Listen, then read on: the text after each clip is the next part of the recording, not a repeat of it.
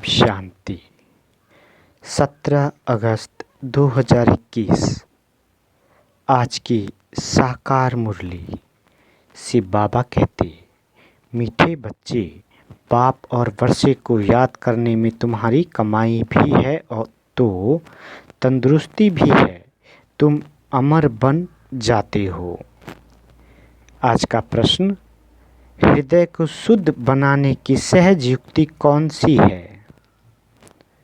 उत्तर, बाबा कहते, कहाँ भी रहो, ट्रस्टी होकर रहो। हमेशा समझो हम शिव बाबा के भंडारे से खाते हैं। शिव बाबा के भंडारे का भोजन खाने वालों का हृदय शुद्ध होता जाता है। प्रवृत्ति में रहते अगर श्रीमत प्रमाण डायरेक्शन पर ट्रस्टी बनकर रहते तो वह भी शिव बाबा का भंडारा है। मन से सरेंडर है। ओम शांति। बाबा कहते, जन्म जन्मांतर आधा कल्प बच्चों ने सत्संग किए हैं। साधु संत पंडित आदि सब मनुष्यों का सत्संग होता है। यह कोई भी मनुष्य का सत्संग नहीं, इसको कहा जाता है रूहानी सत्संग। सुप्रीम रूह रूहों के साथ रूह रिहान अर्थात सत्संग करते हैं। यहाँ तुम कोई मनुष्य से नहीं सुनते हो, न देवताओं से सुनते हो। बाबा कहते, तुम सुनते हो भगवान से। भगवान को हमेशा निराकार कहा जाता है और भगवान आते ही तब है जब बच्चों को भगवान भगवती बनाने के लिए पढ़ाना है। भगवान और भगवती का पद सिवाय भगवान के कोई दे न सके। तुम बच्चे जानते हो, कल्प कल्प संगम युग होता है तो निराकार भगवान आकर हमको ज्ञान देते हैं। ये भी सिर्फ तुम ही समझते हो, दूसरा कोई मुश्किल समझ सके। शिव बाबा आते हैं जरूर, परंतु उनके बदले कृष्ण को गीता का भगवान कह दिया है तो जरूर सबकी बुद्धि में मनुष्य तन ही आता होगा। बाबा कहते, तुम ही दैवी गुण वाले थे और अब आसुरी गुण वाले बने हो, फिर अब दैवी गुण वाले बनते हो। दैवी गुण वालों को ईश्वरीय संप्रदाय, आसुरी गुण वालों को आसुरी संप्रदाय कहा जाता है। अब निराकार बाप निराकार संप्रदाय अर्थात आत्माओं को पढ़ाते हैं, इसलिए कहा जाता है ईश्वरीय संप्रदाय अथवा रूहानी संप्रदाय। जिन्हें रूहानी बाप आकर पढ़ाते हैं, अभी तुम रूह अभिमानी बनते हो। हम आत्मा हैं, बाप हमको पढ़ाते हैं, कहते हैं मुझे याद करो तो तुम्हारे विक्रम विनाश होंगे। बाबा रूह को ही पढ़ाते हैं, वही नॉलेजफुल है और ऋषि मुनि आदि तो सब नीति नीति कहते गए। अर्थात हम मन रूहों को नहीं जानते हैं। जब तक वह ज्ञान सागर सम्मुख न आए तो ज्ञान कैसे समझाए।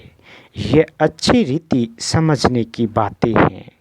हमको कोई मनुष्य नहीं पढ़ाते हैं, हमको बाप पढ़ाते हैं। वह है बेहद का बाप निराकार। ये भी बच्चों को समझाया है। साकार और निराकार दो बाप है, एक को होते हैं एक रूहानी, हर एक को होते हैं रूहानी और दूसरा जिस्मानी। रूहानी बाप ही आकर रूहों को पावन बनाते हैं। बाबा कहते, तुम जानते हो हम पावन थे, पतित बने, फिर पतित से पावन कैसे बनते हैं। चित्र भी सामने है। बाबा राय देते हैं कि घड़ी घड़ी चक्र के सामने जाकर बैठो तो बुद्धि में सारा ज्ञान आ जाएगा कि हम अभी संगम पर बैठे हैं और सभी अपने को कलयुग में समझते हैं। कलयुग को घोर अंधियारा कहा जाता है। अभी तुम हो संगम पर, अभी तुमको रोशनी है। बाबा कहते सतयुग में फिर तुमको ये ज्ञान नहीं मिलता है। बाप जब आते हैं तब ही घोर सोझरा होता है। ये संगम युग है ही कल्याणकारी युग। बाबा कहते इन जैसा युग कोई होता ही नहीं। जबकि बाप आते हैं सतयुग को कल्याणकारी नहीं कहेंगे। वहाँ किसी का कल्याण नहीं होता है, कल्याण संगम पर ही होता है। शिव बाबा कहते सतयुग में तो है ही कल्याण, संगम पर कल्याण युग को सतयुग कल्याणकारी बनाते हैं।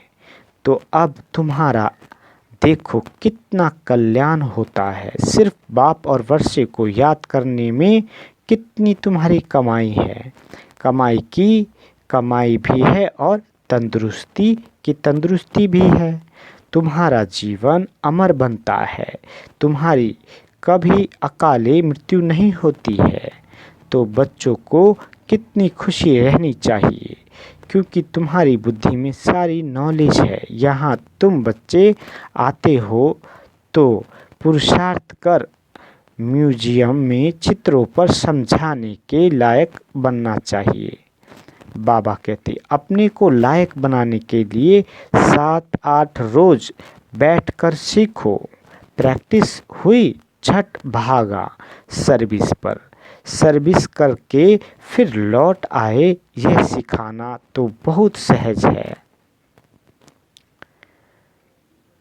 चित्र को सामने देखने से ही बुद्धि में आ जाता है कि हम संगम पर बैठे हैं। आज की दुनिया में बहुत मनुष्य है, कल बहुत थोड़े होंगे।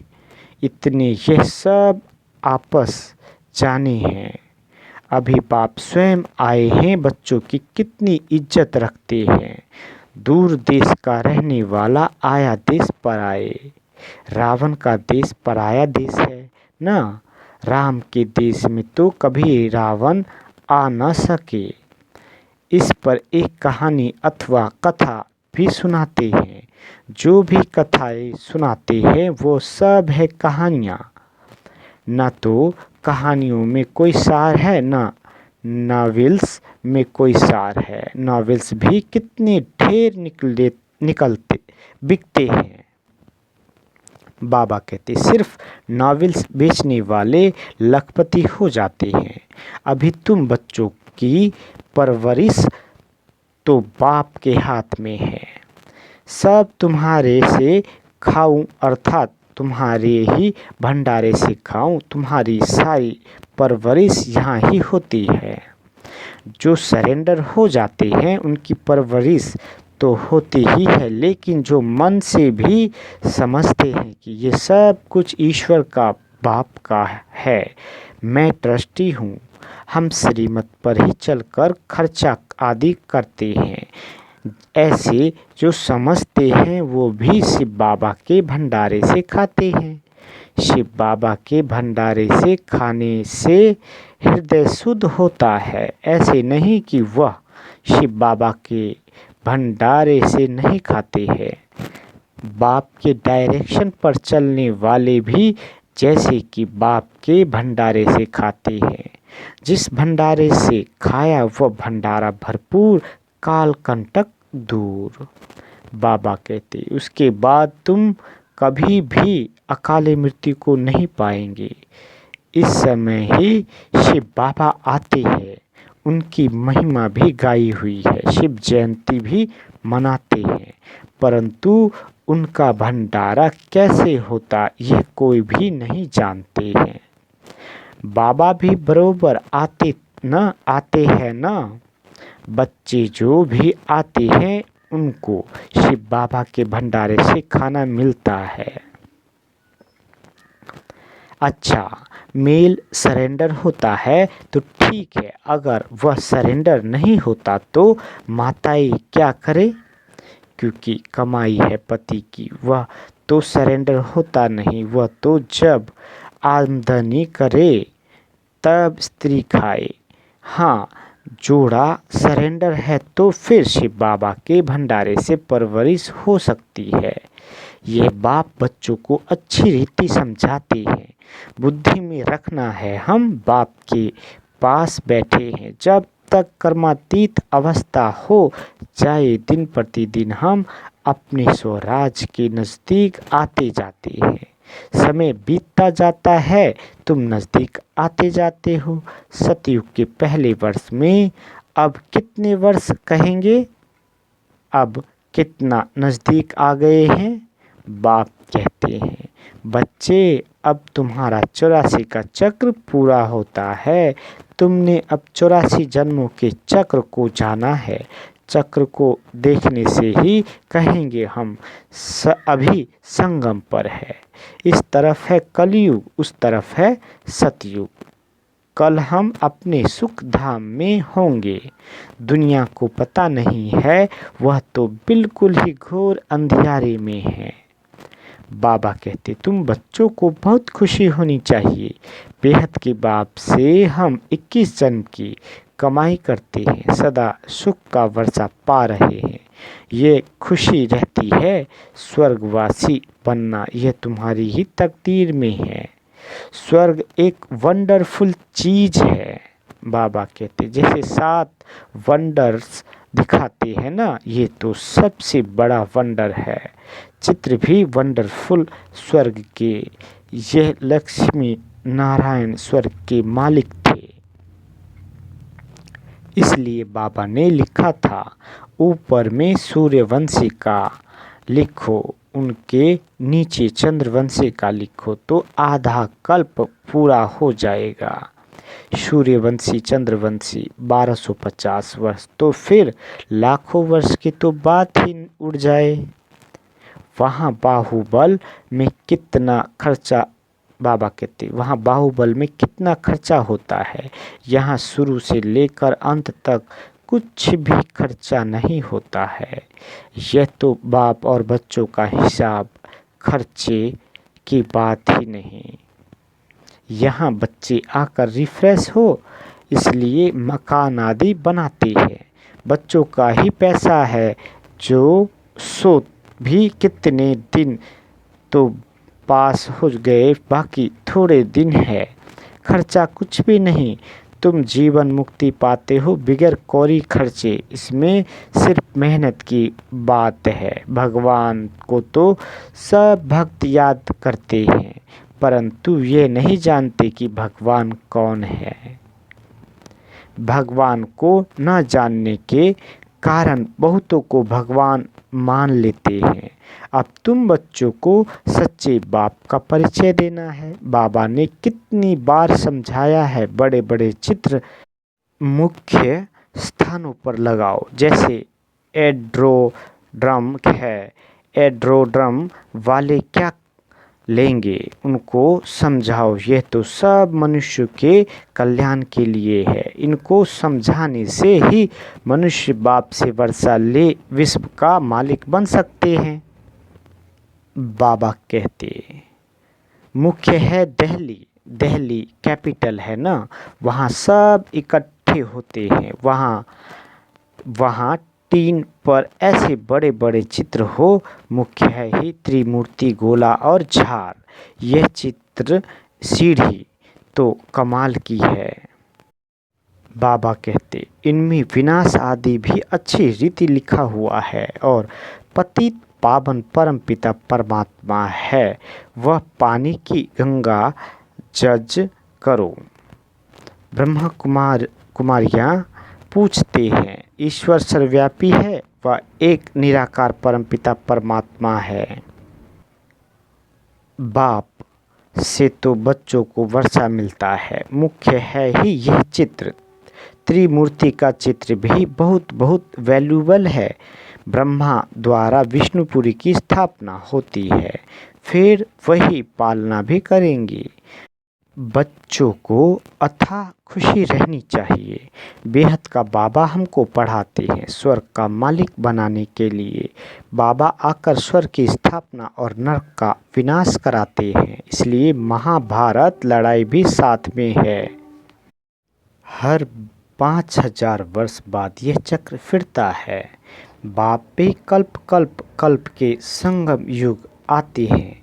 गीता में उन्होंने फिर युगे युगे लिख दिया है। सो भी 5 युग है। 5 बार आए फिर 24 अवतार। फलाना अवतार क्यों लिख दिया है?